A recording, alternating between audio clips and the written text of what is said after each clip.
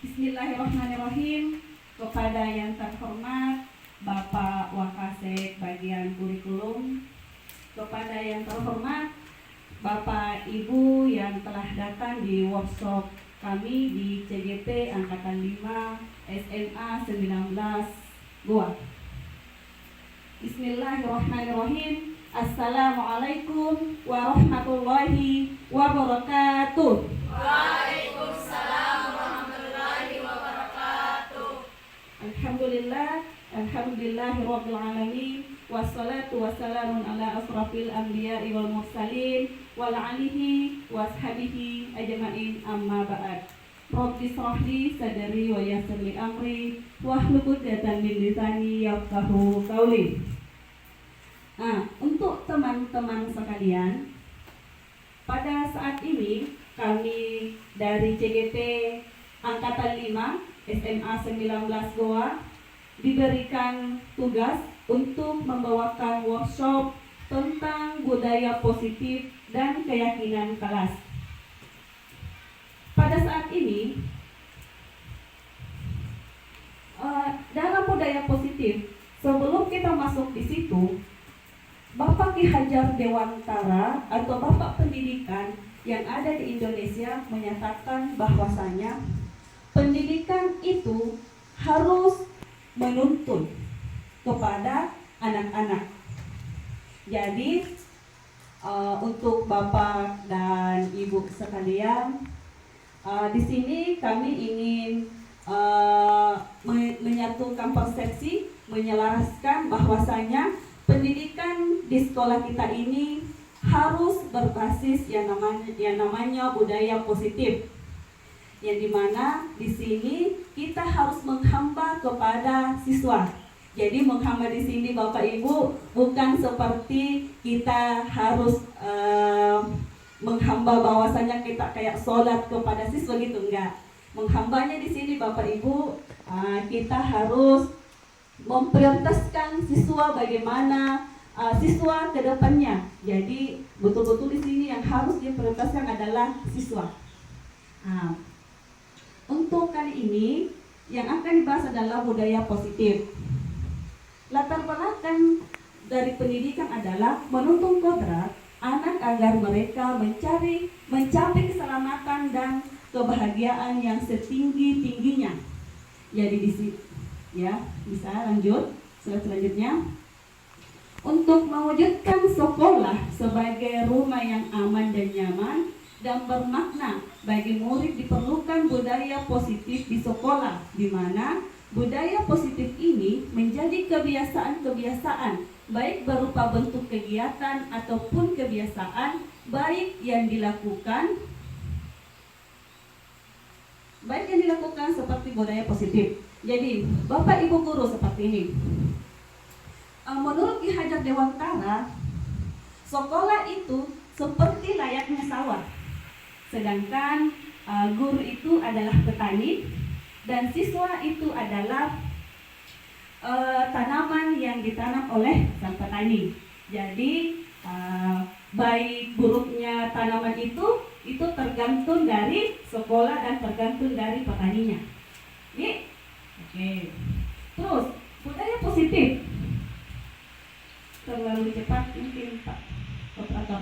Oke. Budaya positif di sini merupakan perwujudan nilai-nilai atau keyakinan universal yang diterapkan di sekolah. Budaya positif diawali dengan perubahan teori kontrol. Jadi budaya positif di sini adalah pendisiplinan sebetulnya. Jadi pendisiplinan di sini bukan dengan cara menghukum atau dengan cara membuat siswa itu merasa bersalah, tapi nanti dibahas itu, bakalan ada pembahasan selanjutnya tentang itu. Kita bahas di sini dulu tentang budaya positif itu seperti apa. Oke. Lanjut, jenis budaya positif di sekolah yang bisa diterapkan. Yang pertama, melaksanakan tata tertib sekolah. Jadi sangat penting sekali itu tata tertib yang ada di sekolah supaya pendisiplinan budaya positif di sekolah bisa berjalan dengan lancar. Terus yang kedua adalah cinta kebersihan dan lingkungan.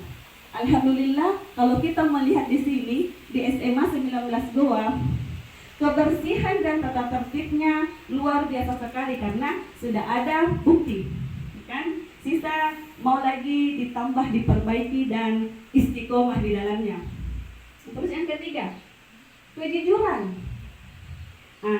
Ini di sini disiplin positif tentang kejujuran di sini yang perlu ditegaskan. Kejujuran misalkan disuruh pergi sholat, dia nggak sholat, harus jujur. Ataukah ada hal yang hilang dan ada yang melihat itu dikembalikan, itu kan sifat kejujuran. Terus religius. Sifat religius dalam budaya positif itu sangat diperlukan karena kenapa sangat diperlukan sifat religius di budaya positif? Karena itu dapat membangun bagaimana sifat batinia dari siswa tersebut. Jadi di sini Bu, Bapak, kita di sini bukan hanya mengajar tentang akademik, tapi di sini kita juga mengajar tentang ilmu keagamaan. Jadi ini ilmu-ilmu yang positif kayak di situ bukan hanya tugasnya guru agama, tapi tugasnya semua guru. Ya. Terus kepedulian. Harus mempunyai rasa peduli. Harus mempunyai rasa peduli kepada sesama teman sejawat di sekolah atau teman yang ada di kelas. Jadi Bapak Ibu guru kalau misalkan mengajar di kelas, Ibu harus menekankan kepada murid bahwasanya kita di sekolah harus mempunyai sifat kepedulian. Misalkan ada siswanya Ibu yang tidak mempunyai pulpen, mungkin Ibu dulu yang bisa memberikan contoh kepada siswa untuk dikasih pinjamkan pulpen, dan selebihnya itu Ibu bisa menjelaskan kepada siswa bahwasanya kita harus saling peduli. Terus sifat toleransi. Sifat toleransi di sini tidak cuma mencakup tentang mungkin perbedaan agama, bukan cuma itu yang dicakupkan di sini ya. Kalau sifat toleransi, kita betul-betul harus menanamkan kepada siswa bahwasanya sifat toleransi kita kepada sesama temannya mereka itu harus memang diterapkan supaya tidak terjadi kesenjangan. Oke. Terus sikap nasionalis. Alhamdulillah di sekolah di sini kalau dibilang sikap nasionalis ya luar biasa. Apalagi kan kemarin di sekolah dijadikan background atau tempat untuk 17-an kan? Alhamdulillah. Lanjut operator adik. Pelaksanaan tata tertib sekolah tertuang di dalam kesepakatan kelas. Oke.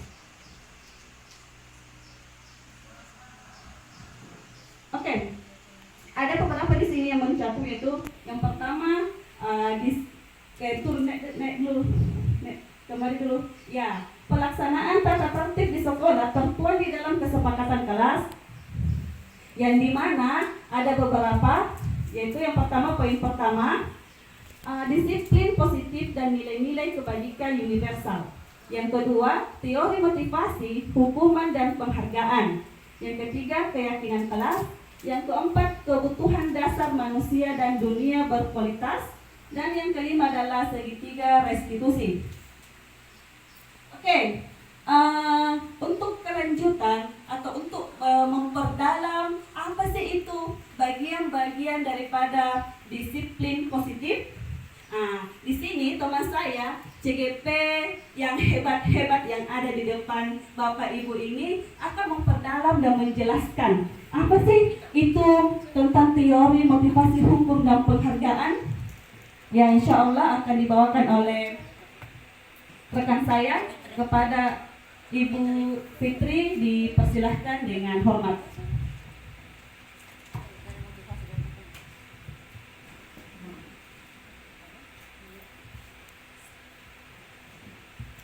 Terima kasih banyak atas kesempatan yang diberikan. Assalamualaikum warahmatullahi wabarakatuh.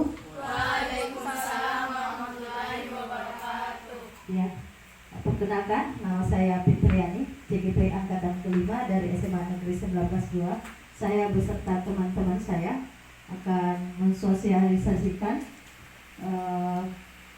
keyakinan kelas yang dimana bagian-bagiannya khusus bagian saya adalah teori motivasi, hukuman dan pelanggaran, penghargaan.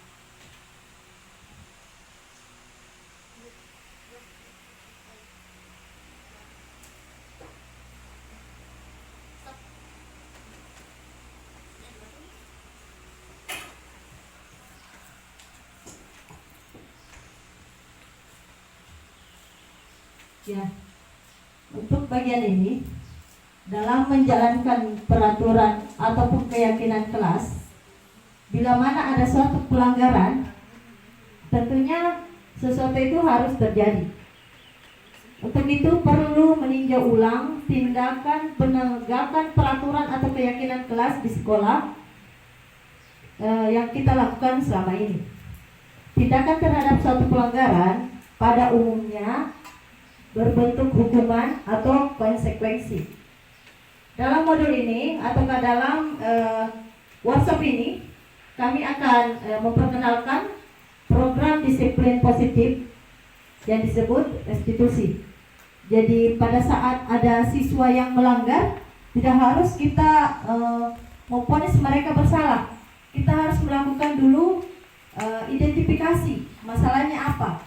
Kita tanyakan dulu apa masalahnya dan tidak langsung memvonis mereka bersalah di depan orang banyak. Kita bisa memanggil mereka yang bersalah itu ke ruangan kita dan bisa menjelaskan alasan mereka melakukan kesalahan. Jadi tidak langsung menjatuhkan murid itu di depan teman-temannya. Jadi kita lakukan tindakan dulu, memanggil murid yang melanggar ke ruangan kita, menanyakan alasan mengapa mereka melakukan pelanggaran. Setelah itu kita memberikan keyakinan kepada mereka agar tidak melakukan kesalahan yang sama.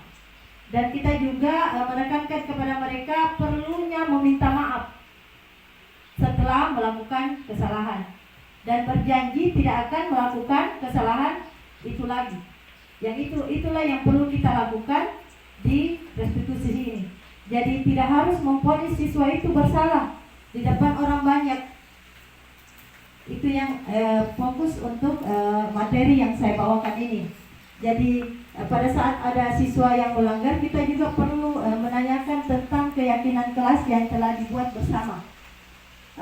Mereka masih ingat tidak tentang keyakinan kelas yang telah dibuat bersama antara guru dan murid di kelas itu. Jadi tidak langsung apalagi memberikan atau menjudge siswa itu bersalah di depan orang banyak ya. Kita perlu melakukan suatu tindakan yang betul-betul membuat mereka merasa tidak dipojokkan, tidak dikucilkan. Sekian untuk materi saya. Saya kembalikan kepada rekan saya selanjutnya atau memaparkan materi selanjutnya. Terima kasih. Assalamualaikum warahmatullahi wabarakatuh.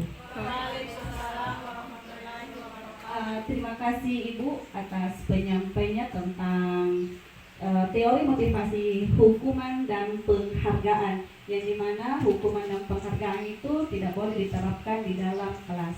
Terus yang ketiga adalah tentang keyakinan kelas. Apa sih itu keyakinan kelas? Sebentar bakalan dijelaskan oleh rekan saya. Di sini bakalan ibu harus mendengarkan dan bagaimana sebentar tentang keyakinan kelas. Oke? Kepada Ibu Asnir Andriani Usman SPD MPD dipersilahkan dengan hormat.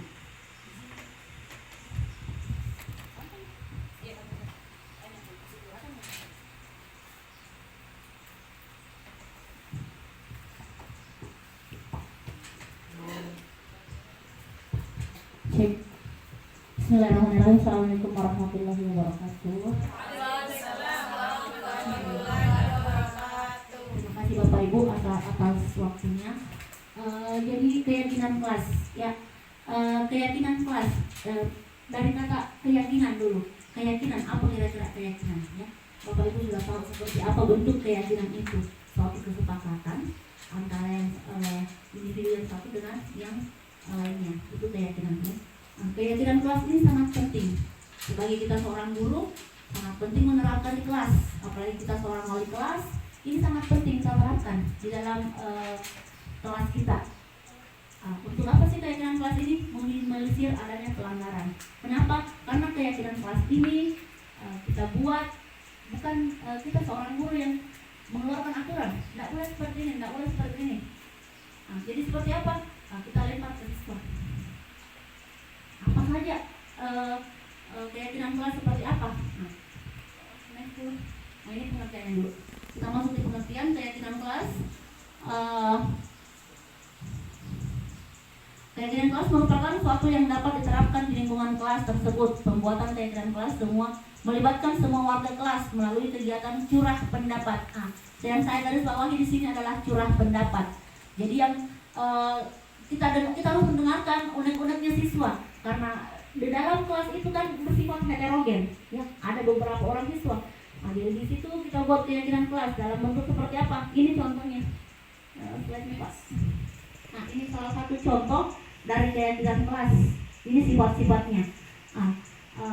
Yang pertama, kita memberikan kebebasan kepada siswa apa saja aturan yang mereka ingini. Misalnya yang pertama, kita menunjuk siswa si A, apa peraturan yang harus kita terapkan di kelas ini. Misalnya, tidak boleh membuang sampah sembarang tempat. Jangan kita yang memberikan untuk siswa, karena kalau siswa yang melanggar, itu kita yang sendiri yang tidak yang hati. Ya, Bapak Ibu, jadi seperti itu. Jadi kita memberikan kebebasan kepada siswa mengemukakan atau mengeluarkan apa yang ada di pikirannya. Ini tidak boleh, karena siswa yang kita ajarkan sudah siswa SMA, sudah ada pikirannya sudah terpola.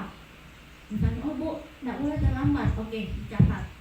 Jadi kita berikan semacam sticky note ke siswa, boleh ditempelkan di dinding, boleh ditempelkan ke kertas. Kemudian selanjutnya semua siswa, kalau siswa kita berjumlah 20 orang, harus 20 orang, 20 juga sticky note yang tertempel. Kenapa? Karena 20 orang itu pasti beda-beda maunya. Ya, seperti itu, pasti beda-beda maunya. Apa lagi, Bu? Tidak boleh makan dalam kelas. Itu salah satu dari dalam kelas. Jadi bukan kita yang membuat aturan ke siswa, tapi siswa sendiri yang membuat aturan. Untuk apa? Kalau dibuat seperti itu, siswa akan segan melanggar. Kenapa? Aturannya dia yang buat, bukan kita yang buat. Kalau misalnya ada yang melanggar, bagaimana? Kalau ada siswa yang melanggar aturan yang dibuat, kembalikan lagi ke siswa. Ini kan kalian yang buat. Apa konsekuensinya? Kan seperti itu. Jadi kita seorang guru jangan memberikan semacam hukuman kepada siswa. Kamu melanggar seperti ini, jelas seperti itu. Seperti yang dijelaskan sebelumnya, hukuman itu bukan harus menyiksa fisik seorang siswa. Jadi banyak hal-hal yang bisa kita lakukan untuk masih dalam ranah hukuman, tapi tidak berbentuk fisik lagi seperti zaman-zamannya kita dulu waktu masih sekolah. Yang namanya hukuman itu pasti di kepala kita, dipukul, dicubit, yang disuruh pungut sampah, disuruh bersihkan kamar mandi. Ya, sekarang tidak seperti itu lagi bentuk hukumannya. Ya, lanjut.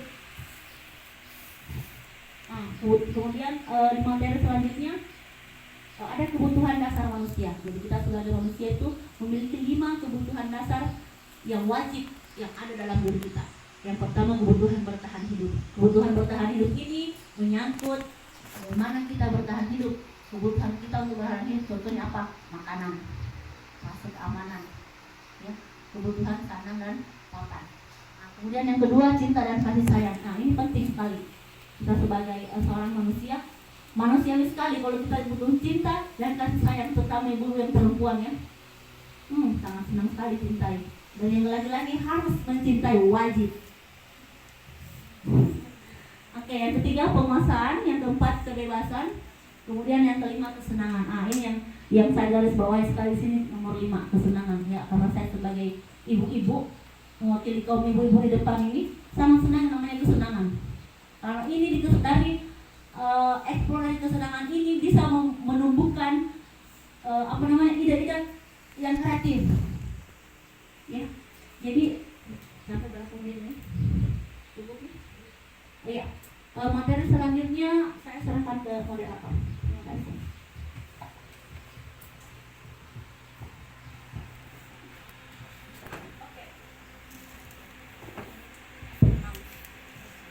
Ya, oke, itulah tadi materi tentang keyakinan kelas yang dibawakan oleh Ibu Asnir Andraini Usman, yang dimana kalau keyakinan kelas itu tidak ada namanya hukuman.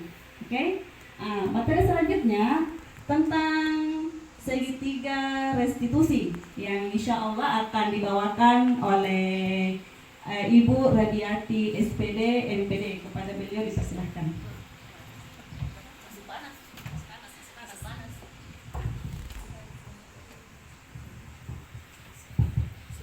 Baik, bismillahirrahmanirrahim. Assalamualaikum warahmatullahi wabarakatuh. Langsung saja. Jadi materi yang akan saya bawakan di sini adalah tentang segitiga restitusi. Nah, apa sih sebenarnya segitiga restitusi itu? Segitiga restitusi itu adalah semacam pendekatan yang bisa kita lakukan untuk mendisiplinkan peserta didik. Jadi di sini seperti yang dijelaskan oleh ibu-ibu teman-teman kita tadi, bahwa sebenarnya yang paling kita hindari adalah memberikan yang namanya hukuman atau sanksi fisik. Itu betul. Jadi tujuannya apa sih sebenarnya segitiga restitusi ini? Tujuannya itu adalah bagaimana mengembalikan peserta didik kepada komunitasnya untuk menjadi lebih kuat lagi, untuk lebih menjadi bertanggung jawab lagi, ya. Jadi saya perkenalkan dulu bahwa segitiga restitusi ini diperkenalkan oleh Diana Gosen berdasarkan teori kontrol yang telah diperkenalkan oleh Dr. William Glasser. Nah, kemudian apa sih itu sebenarnya segitiga restitusi? Segitiga restitusi itu semacam dialog yang kita lakukan dengan siswa, ya, ketika ada suatu pelanggaran atau sebuah keyakinan kelas yang dilanggar. Jadi di sini bukan sebuah tata tertib, lebih kepada keyakinan kelas. Seperti tadi yang dijelaskan, keyakinan kelas itu lebih kepada bagaimana anak-anak belajar bertanggung jawab untuk dirinya sendiri, ya. Nah, kita mengenal dalam segitiga restitusi itu ada yang namanya menstabilkan identitas, kemudian ada validasi tindakan yang salah, dan yang terakhir adalah menanyakan keyakinan. Nah, di sini untuk menstabilkan identitas ada beberapa dialog yang bisa kita sampaikan kepada murid. Contohnya misalnya begini, ketika ada anak yang melanggar sebuah peraturan misalnya, bisa kita tanyakan dengan cara begini, Ibu yakin semua orang pasti pernah melakukan kesalahan. Jadi kita jangan langsung memberikan jas bahwa kamu itu salah, tidak begini seharusnya. Jangan seperti itu, karena ketika kita melakukan justifikasi seperti itu tidak akan memberikan semacam rasa disiplin kepada si anak tersebut, ya. Nah, yang lainnya mungkin bisa kita lakukan, misalnya kamu bukan satu-satunya yang pernah melakukan ini. Artinya ketika si anak melakukan kesalahan, dia menganggap bahwa semua orang pernah melakukan hal yang salah dalam hidupnya, ya. Kemudian yang kedua, validasi tindakan yang salah. Contoh dialognya seperti ini, ketika kita bertemu dengan anak yang melakukan tindakan yang salah, validasi tindakan yang salah, misalnya gini, kamu tentu punya alasan mengapa melakukan hal itu, ya. Itu contohnya. Jadi kita tidak sebisa mungkin menghindari hal-hal yang sifatnya menjudge anak sehingga dia merasa bersalah dan betul-betul sampai memojokkan dirinya. Jangan sampai itu terjadi. Kemudian cara yang lain misalnya, adakah cara yang lebih efektif untuk mendapatkan apa yang kamu butuhkan? Nah, di sini kan berarti kita perlahan-lahan memberikan edukasi kepada siswa. Oke, Ibu-ibu? Nah, selanjutnya langkah yang ketiga adalah menanyakan keyakinan. Nah, di sini penekanannya adalah kita kembali lagi kepada keyakinan kelas yang sudah kita sepakati sebelumnya, ya. Jadi misalnya begini, kamu tahu kan keyakinan kelas apa yang sudah kita sepakati sebelumnya, ya. Jadi seperti itu caranya ketika kita ingin menanyakan keyakinan kelas kepada murid atau kepada siswa. Atau dengan cara yang lain lagi, misalnya kamu ingin menjadi orang seperti apa? Ketika si anak ditanyakan dengan cara seperti itu, pasti mereka mengatakan, saya ingin menjadi orang yang lebih baik, saya ingin menjadi orang yang bertanggung jawab, ya. Jadi seperti itu. Nah, kemudian saya mau bikin sudah ya? Oke. Karena waktunya sangat terbatas, Bapak Ibu, jadi untuk materi segitiga restitusi ini cukup sampai di sini. Terima kasih atas kesempatan dan waktu yang diberikan. Assalamualaikum warahmatullahi wabarakatuh.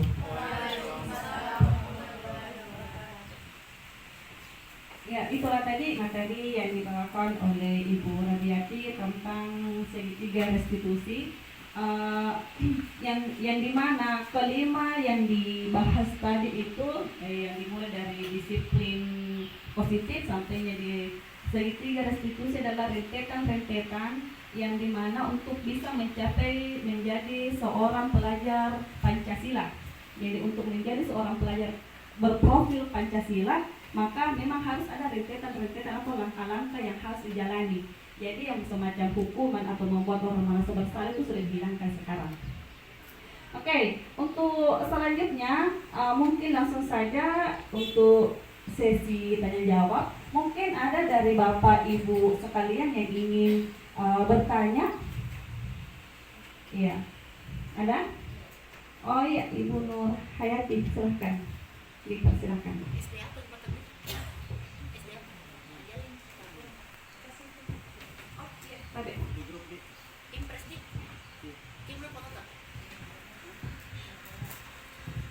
Assalamualaikum warahmatullahi wabarakatuh. Perkenalkan, nama saya Ibu Nur Hayati. Pertanyaan saya di sini yaitu bisa dijelaskan lebih singkat tentang disiplin positif dan nilai kebajikan universal. Itu saja. Sekian dari saya. Assalamualaikum warahmatullahi wabarakatuh.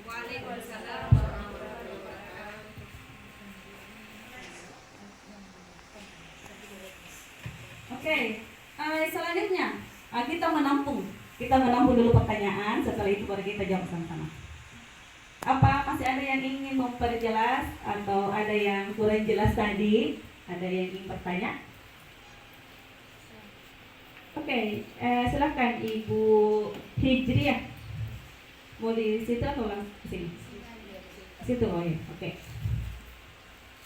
Assalamualaikum warahmatullahi wabarakatuh. Waalaikumsalam warahmatullahi wabarakatuh. Perkenalkan, nama saya Ibu Hijriah. Baik, di sini saya ingin bertanya, apa sebenarnya keyakinan kelas itu? Apakah penting diterapkan di sekolah? Sekian. Oke, selanjutnya siapa tahu kita tampung sampai 3 pertanyaan. Masih ada yang ingin bertanya? Tapi Ibu Rosma, oke. Silakan Ibu Rosma. Baik, terima kasih atas kesempatannya. Assalamualaikum warahmatullahi wabarakatuh. Waalaikumsalam warahmatullahi wabarakatuh. Di sini saya perkenalkan diri. Perkenalkan, nama saya Ibu Rosma. Pertanyaan saya, kapan segitiga restitusi itu dilakukan? Sekian dan terima kasih. Wassalamualaikum warahmatullahi wabarakatuh. Waalaikumsalam warahmatullahi wabarakatuh. Oke, kita tampung dulu sebelum pemateri menjawab. Alangkah bagusnya kalau kita merendahkan dulu tangan atau kita speaking dulu. Oke? Oke, boleh. Silakan, berdiri dulu Bapak Ibu. Jadi ini speakingnya ini bukan cuma untuk siswa. Jadi guru-guru juga sebetulnya harus speaking, harus senang, harus happy gitu. Oke? Untuk teman-teman sekalian, anggaplah diri kita ini sebagai siswa, jadi harus bahagia. Oke? Harus bahagia. Oke. Kalau saya mengatakan, kalau saya menyebutkan nomor ganjil dalam bahasa Inggris ya. Kalau saya menyebutkan nomor ganjil, kalian tepuk tangan. Kalau saya menyebutkan nomor genap, kalian mengatakan guru penggerak is Greek. Oke? Guru penggerak is Greek. Oke, kita lain dulu. Coba. One. Tidak ada bedak tuh. Bagus kalau ada bedak. Kalau ada bedak bagus. Jadi kalau salah kasih sendiri mukanya. Kasih kue aja. Oke. Kasih kue. Oke. One. Two. Oke. One. Two. Three,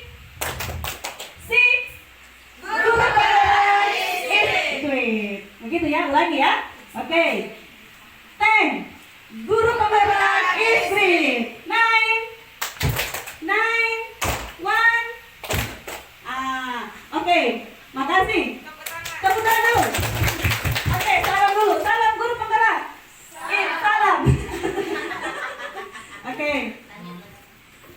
Untuk pertanyaan Ibu Nur Hayati tentang disiplin positif.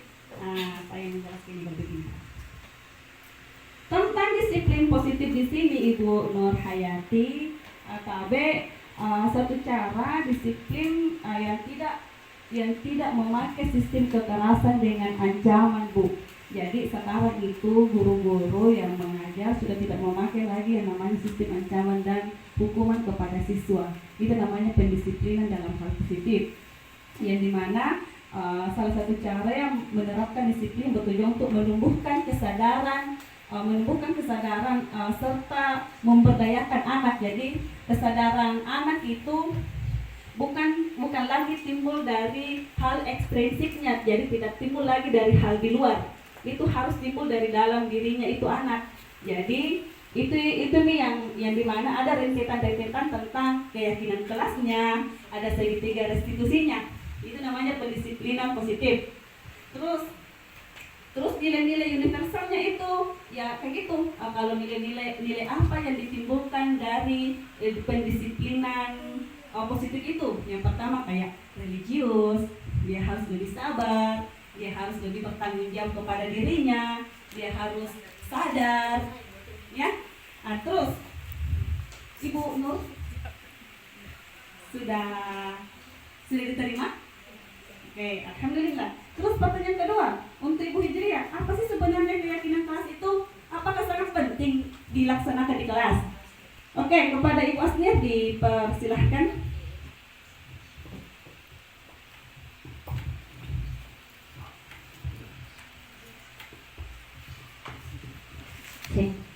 Oke, keyakinan kelas. Apa sih pentingnya keyakinan kelas? Penting. Jadi seperti yang saya paparkan tadi di materi sebelumnya, keyakinan kelas itu sangat penting. Ini untuk menghindari atau meminimalisir kita menghukum siswa. Kenapa? Karena dengan adanya kesepakatan kelas ini yang kita buat, siswa akan dengan sendirinya segan untuk melakukan pelanggaran. Kenapa? Karena dia sendiri memasukkan rujukannya. Misalnya, kita menyuruh siswa yang tadi saya jelaskan lagi, yang kita menyuruh siswa apa saja aturan yang harus ada dalam kelas. Ini bukan kita seorang guru yang membuat, tapi kita lemparkan ke siswa. Pasti akan berlomba-lomba. Kamu yang pertama, tidak boleh terlambat. Jadi kalau ada siswa yang terlambat akan malu sendiri, tidak perlu kita menghukum lagi. Ya, jadi seperti itu contohnya. Mungkin mana Ibu Hidya? Seperti itu ya Bu ya.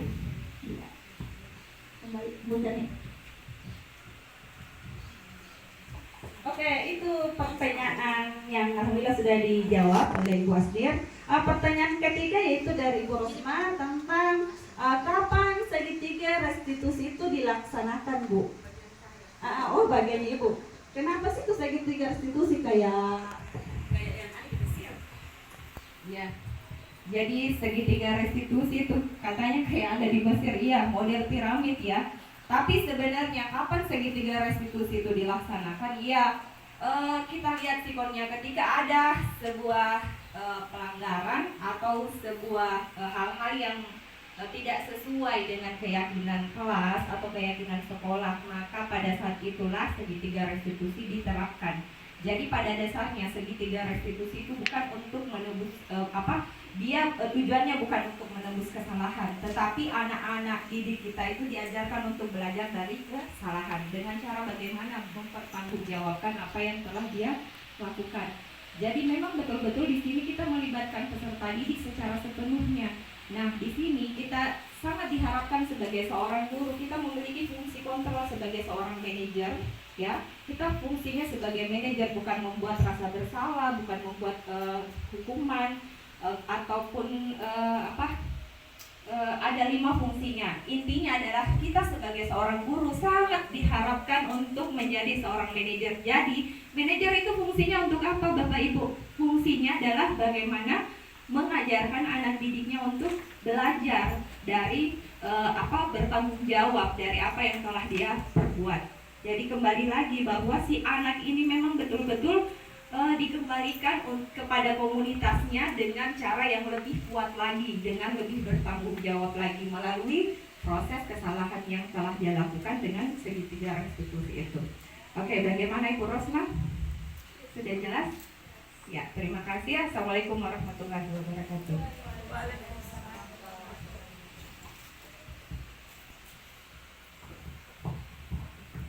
Ya, itulah tadi jawaban dari Ibu Radiati tentang pertanyaan tentang kapan sih restitusi itu dilaksanakan yang dari Ibu Rosma. Ya, jadi kita bukan hanya sebagai teman untuk siswa, tapi harus menjadi manajer untuk siswa. Ya, untuk teman-teman untuk teman-teman guru sekalian, terima kasih karena sudah meluangkan waktu dan membersamai kami pada hari ini. Kami doakan semoga guru-guru sekalian juga bisa mengikuti jejak kami untuk masuk CGP atau calon guru penggerak, karena di mana materi-materi atau pembelajaran perkuliahan yang kita dapatkan di sini sangat bermanfaat, apalagi kita sebagai guru. Kita sebagai guru tuh harus memang mengupdate ilmu kita karena anaknya orang yang kita ajari. Oke. Untuk hari ini terima kasih banyak. Mari kita menutup acara ini dengan bersama-sama melafazkan hamdalah. Alhamdulillahirrahmanirrahim. Sebelum kita tutup, saya menginginkan guru teman-teman sekalian untuk ketika saya mengatakan guru penggerak, kalian mengatakan hebat. Oke? Jadi harus semangat sebagai seorang guru. Guru penggerak hebat. Aduh, kurang. Guru penggerak hebat. Guru penggerak hebat. Nun wal qalam yawma yasturun lillahi fisabilil haq fastabiqul khairat. Wassalamualaikum warahmatullahi wabarakatuh. Waalaikumsalam warahmatullahi wabarakatuh. Thank you. Assalamualaikum warahmatullahi wabarakatuh. Waalaikumsalam. Ibu, saya akan sosialisasikan mengenai keyakinan kelas kepada anak-anak ibu yang sekolah di sini. Assalamualaikum warahmatullahi wabarakatuh. Waalaikumsalam warahmatullahi wabarakatuh. Apa kabar anak-anakku sekalian? Alhamdulillah. Hari ini kita akan membahas tentang keyakinan kelas. Ibu, keyakinan kelas itu apa? Oke, keyakinan kelas itu adalah aturan yang dibuat bersama untuk proses pembelajaran itu berjalan dengan lancar. Baiklah anak-anak sekalian, saya akan membagikan kertas ini, di mana kertas ini kalian akan menulis tentang keyakinan kelas yang kita akan sepakati bersama. Baiklah, kita sudah menuliskan keyakinan kelas. Sekarang kita tempelkan di atas. Silakan. Musdalifah, Sahrul.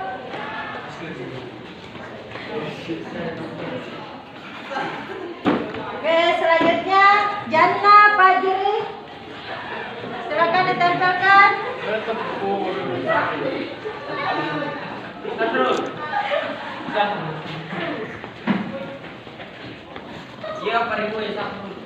Oke, Rahmatullah.